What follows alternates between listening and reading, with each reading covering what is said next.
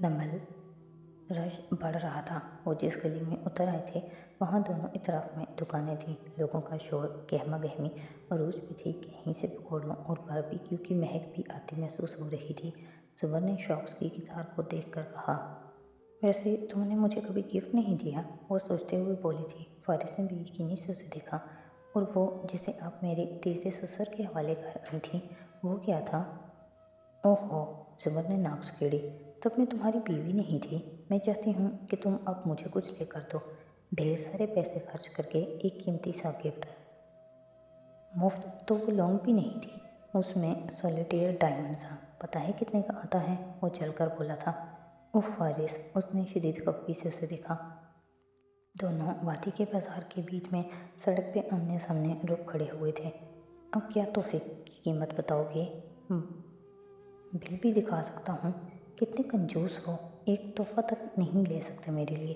पहली बीवी को तो बहुत तोहफे देते थे, साड़ियाँ, हैंड बैग्स। उसका शौक था। जुमर ने पलकें झपका कर खोली। मुझे नहीं है क्या? तुम्हें? फारिस हंसा और नाक से मक्खी उड़ाई। तुम्हें साड़ियाँ और हैंड बैग्स कौन दे? तुम्हारे लिए सबसे बड़ा तोहफा पता है क्या होगा? किसी वकील के कंप्यूटर का डेटा चुरा कर दे दो ताकि तुम उसे ब्लैकमेल कर सको। किसी के गैर कानूनी प्लॉट कब्जे के खिलाफ सबूत इकट्ठे कर दो ताकि तुम उसको जेल भेज दो। तुम्हें मैं इस तरह के बहुत से तोहफे दे सकता हूँ। चलो बताओ, शुरू कहाँ से करें? जुम्मन ने खफगी से उसकी कोहनी पे हथेली बंद करके मारी और फिर आगे बढ़ गई। वो तेज़ी से पीछे आया। यार, मेरे पास इतने पैसे नहीं हैं। फिर रुका, आंखों में चमक उतरी, हल्का सा मुस्कुराया। बल्कि मेरे पास हैं। तुम्हारा मतलब है मेरे पैसे। वॉटएवर, तुम बताओ तुम्हें क्या चाहिए? उसके अंदाज पे वो रुकी। गर्दन घुमाकर अबरू उठाकर उसे सवालिया अंदाज में देखा। फारिस ने सर को खन दिया। मुझे, उसने लब आपस में मस किए और ऊपर निगाहें उठाकर सोचा। मुझे डायमंड्स चाहिए, बहुत खूबसूरत और कीमती डायमंड्स। बल्कि इधर मार्केट में आगे जाकर बहुत अच्छे अच्छे ज्वेलर्स हैं। चलो मेरे साथ और मुझे कुछ लेकर दो।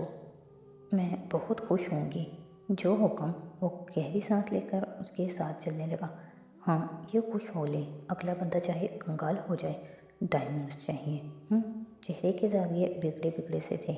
चंद सानिये दोनों खामोशी से चलते रहे, मुख्तलिफ बोलियाँ और शोर सुनते रहे। फिर वो बोला, वैसे तुमने इस सब से पहले कभी मेरे बारे में सोचा था? बरसों पहले। इन बातों का क्या फ़ायदा फारिस? बताओ ना। वो मिसर था। फिर एकदम समझने वाले अंदाज में बोला, वैसे मैं जानता हूँ कि तुम्हारे लिए ये याद करना मुश्किल होगा क्योंकि तुम फितरतन एक इंतहाई खुदगर्ज, सेल्फ सेंटर्ड और खुद परस्त लड़की वाक़या हो। लेकिन फिर भी कभी मौका मिला किसी दूसरे इंसान के बारे में सोचने का? सुमन चुप रही। थोड़ी देर तक कुछ ना बोली, खामोशी से चलती रही। तुम मुझे बुरे कभी नहीं लगे, बल्कि मैं तुम्हारी बहुत इज्जत करती थी। हमेशा तुम्हें हाशिम से कंपेयर करती थी, तुम्हारी सबके सामने तारीफ़ करती थी।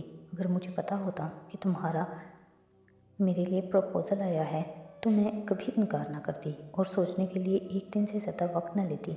अच्छा, वो मुस्कुराया। मुझे नहीं पता था कि तुम शुरू से मुझसे मोहब्बत करती थी। एक मिनट, मैंने ऐसा कुछ नहीं कहा। वो गुस्सा हुई थी। मुझे तो सिर्फ यही सुनाई दिया है। वो और भी बहुत कुछ कहने लगा, फिर रुककर साथ चलते एक रेडी पान की रेडी को देखने लगा। उस पर रंग बिरंगी ढेरों चीज़ें रखी थी, क्लिप, पिनें, ज्वेलरी। जुमन ने उसकी निगाहों का ताक़ुब किया। तुम्हें अच्छी लगी है ये फारिस? वो एक अंगूठी को देख रहा था। वो चौंका, फिर संभल कर मुस्कुराया। नहीं, मैं इसलिए नहीं देख रहा था और मैं मजाक कर रहा था। मेरे पास पैसे हैं, मैं तुम्हें किसी अच्छी सी ज्वेलरी शॉप से कीमती डायमंड्स ले दूंगा। चलो। मगर वो नहीं हिली। आगे बढ़कर रेडी से प्लास्टिक रैपर में लिपटी अंगूठी उठाई और उलट पुलट कर देखी। फिर फारिस को देखा। तुम मुझे यही ले दो, मजाक उड़ा रही हो क्या? वो दबी आवाज़ में खफगी से बोला।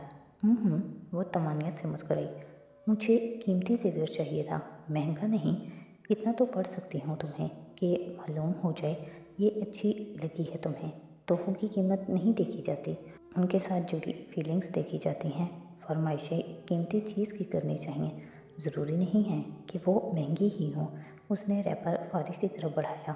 वो हल्का सा मुस्कुराया और फिर वॉलेट निकाल कर रेडी बान को अदायगी करने लगा। चंद लम्हे बाद वो दोनों वहीं ठेलों और स्टॉल्स के साथ खड़े थे और फारिस वो नीले पत्थर वाली हीरों की सी चमक लिए अंगूठी से रैपर उतार कर उसे पहना रहा था जो वो 150 की थी। जुमर ने उसे पहनकर हाथ ऊपर उठाकर देखा।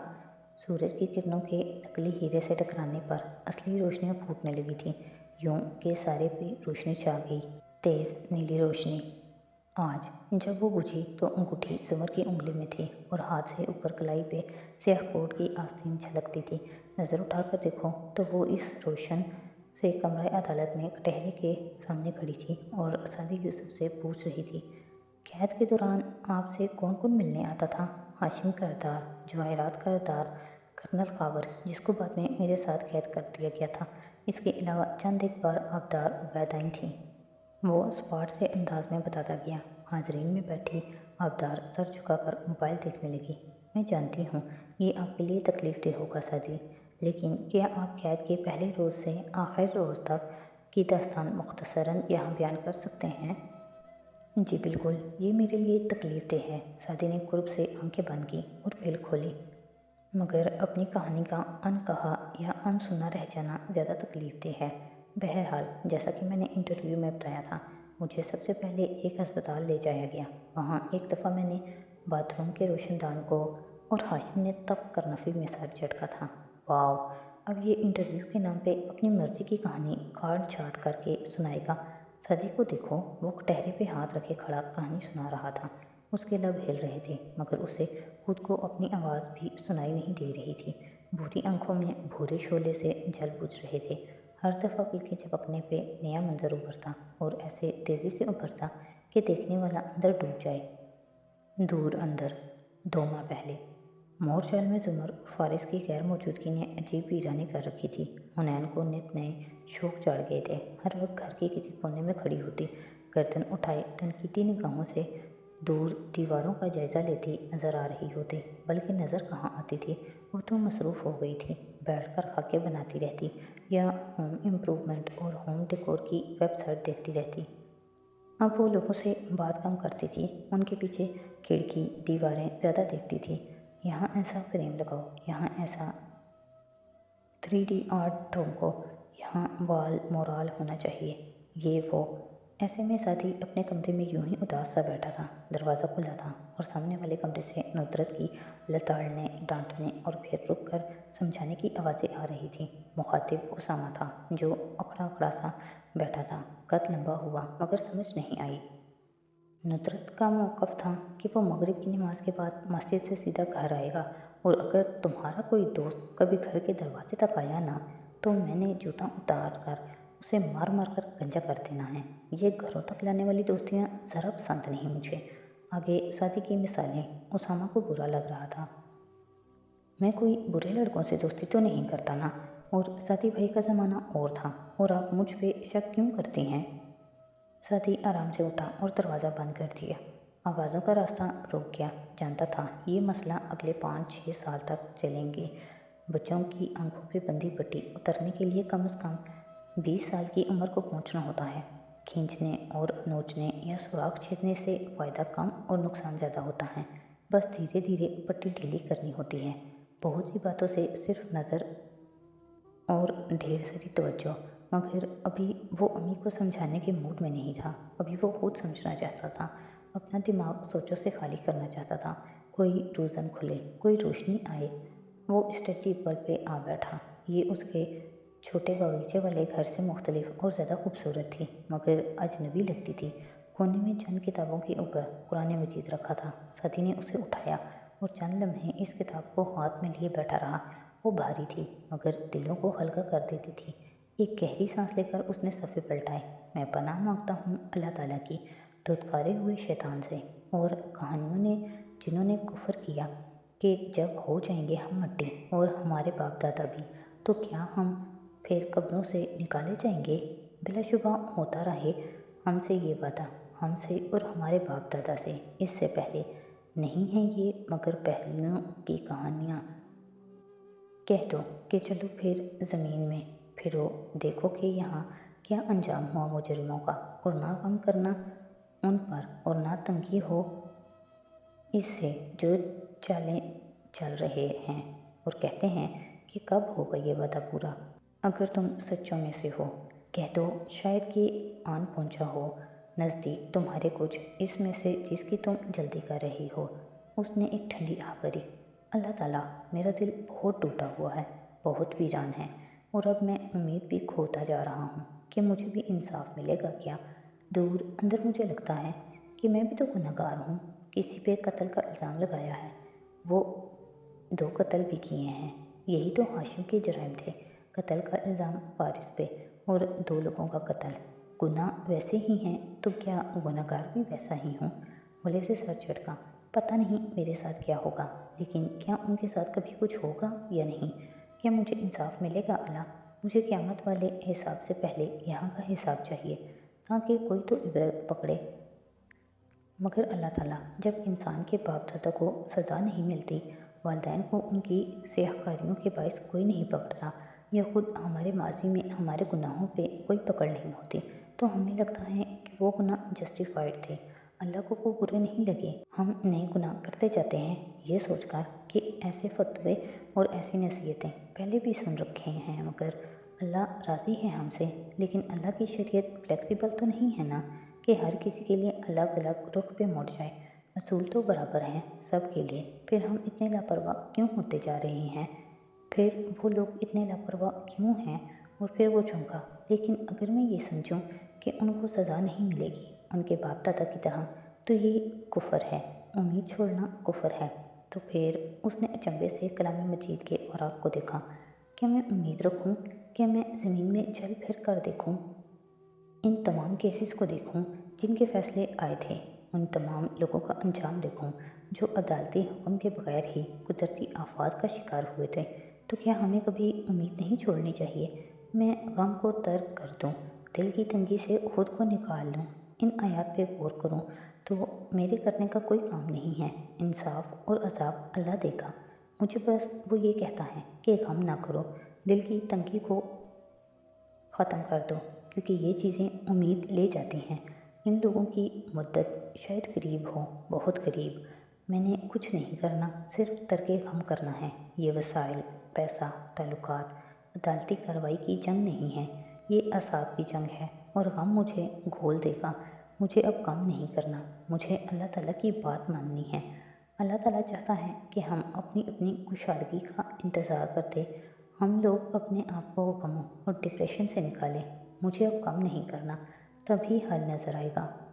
वो बेखुदी के आलम में बोलता जा रहा था, लब हिल रहे थे, आंखों के किनारे भीगे हुए थे, मगर अपनी आवाज़ सुनाई न देती थी।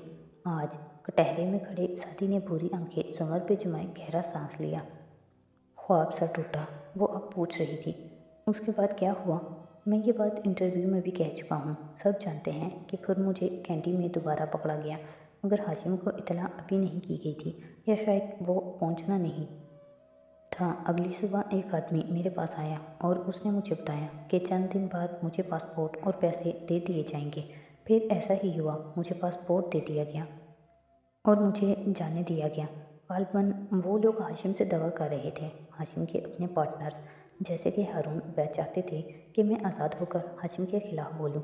मैंने वही किया जो मुझे कहा गया था। मैं पाकिस्तान आ गया और यहाँ आकर अपनी वीडियो रिलीज़ कर दी। अब चूँकि मैं मशहूर हो गया हूँ, इसलिए ये लोग मुझे नहीं मार सकते। ऑब्जेक्शन योर ऑनर, हाशिम ने वहीं से बैठे बैठे बेजारी से कहा। जुमर ने मुड़कर उसे देखा। किस बुनियाद पे? वैसे आप अपनी बारी का इंतज़ार क्यों नहीं करते? गवाह को क्रॉस करते वक्त सब पूछ लीजिएगा। हाशिम खामोश हो गया। जुमर वापस मुड़ी। क्या पाकिस्तान वापस आने के बाद आपसे हाशिम करदार ने किसी किस्म का रब्ता किया? सवालात, अल्फाज सब मदम होते गए।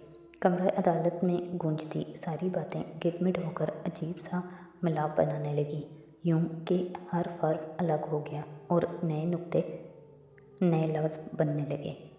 2 माह पहले होटल के खूबसूरत से बेडरूम के 20 कलर के पर्दे दीवार की खिड़कियों के सामने से हटे थे और जालीदार सफ़ेद पर्दे शीशों के आगे लहरा रहे थे। पर्दों की जाली ने मंजर को कदरे झुठलाया दिया था। मध्यम सा दिखाई देता था कि बाहर बलकनी है और नीचे दूर तक फैले सब्ज़ पहाड़ और उनके बीच बसती वादियाँ। खिड़की के आगे 2 आमने सामने कुर्सियाँ रखी थीं। सुमर और फारिस मुकाबिल बैठे थे। दरमियान में छोटी मेज़ थी जिस पे स्क्रैबल का कॉलेज का बॉर्डर खुला पड़ा था। लकड़ी के नन्हे नन्हे चौकोर टुकड़ों पे लिखे हरूफ इन दोनों के सामने स्टैंड्स पे पड़े थे। सुमर टेक लगाए टांग पे टांग रखे बैठी पैर चला रही थी। वो आगे होकर बैठा और से कीबोर्ड को देखता, कभी अपने पास मौजूद हरूफ को। मान लो हार, मैं तुम्हें शर्मिंदा नहीं करूँगी, सुमर ने मुस्कुराहट दबाए फ्याजी से कहा था। आगे को झुके फारिस ने महज आबरू इकट्ठा करके उसे देखा। अभी वो वक्त नहीं आया जब आपसे हार मानी जाए, मुझे सोचने दे। वैसे इतने साल तुमने जेल में सोशल वर्क करने की बजाय तालीम की तरफ तवज्जो दी होती तो पढ़ी लिखी बीवी के सामने शर्मिंदा न हो रहे होते। वो मुस्कुराकर पैर चला रही थी। आप मुसलसल चीटिंग करके जीत रही हैं, पढ़ी लिखी। खफकी से सर झटका, फिर हरूफ को देखने लगा। हर हारने वाला यही कहता है, फारिस ने जवाब दिए बिना चंद हरूफ उठाए और राइस के पीछे लगा दिए। अब वो यूं बन गया, जुमराइज। जुमर एकदम सीधी हुई। ये कोई लफ्ज़ नहीं है। नहीं नहीं, ये एक लफ्ज़ है, वो तपाने वाली मुस्कुराहट के साथ चेहरा उठाकर बोला। और इसका मतलब होता है झूठ को सच के पर्दे में लपेट कर पेश करना, मोहतात अल्फाज का चुनाव करके अदालत में हल्फ दिलवा कर गवाह से झूठ बुलवाना। मगर कहना टेक्निकली ये सच है। हर दूसरी बात पे किसी शरीफ इंसान को ब्लैकमेल करना और धमकाना, बातों की हेर फेर से अपना मतलब निकालना और धौंस जमाना, ये वाकई एक लफ्ज़ है।